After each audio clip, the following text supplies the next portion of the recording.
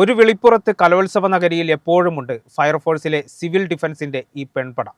പെൺപടയ്ക്കൊപ്പം ആൺ സൈന്യവും ചേർന്ന് 24 മണിക്കൂർ സേവനമാണ് നൽകുന്നത്. ഒപ്പം എല്ലാ നിർദ്ദേശങ്ങളും നേതൃത്വവുമായി ഫയർഫോഴ്സിലെ ഉദ്യോഗസ്ഥരും സദാസമയം സജ്ജമാണ്.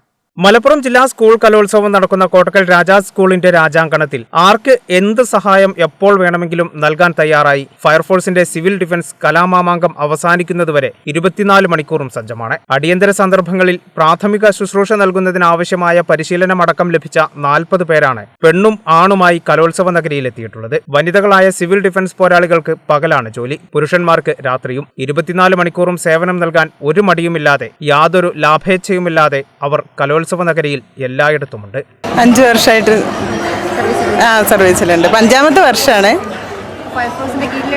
ഫയർഫോഴ്സിന്റെ കീഴിൽ സിവിൽ ഡിഫൻസ് എല്ലാ ഇതിലും നമ്മൾ പോകലുണ്ട്. സാർമാർ നല്ല ട്രെയിനിങ്ങും കാര്യങ്ങളൊക്കെ തന്നിട്ടാണ് ഞങ്ങൾ ഇതിലിറങ്ങാറ്. സാർമാരുടെ നിർദ്ദേശപ്രകാരമാണ് ഞങ്ങൾ ഡ്യൂട്ടിക്ക് വരുന്നത്.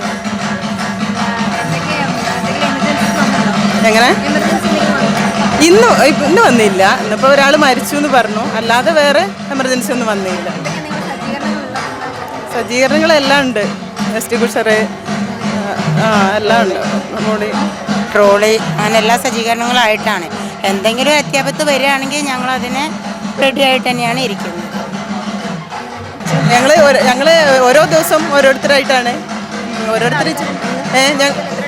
മൊത്തം 40 പേരുണ്ട്. പിന്നെ സാർമാർ ഇന്ന് 13 പേരാ വന്നിട്ടുണ്ട്.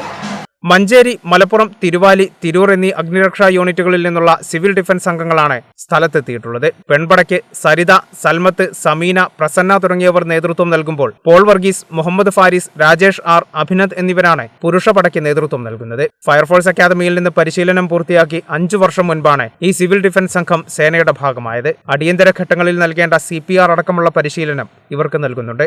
കലോത്സവ നഗരിയിൽ നിന്നും ടീം കേരള വിഷൻ.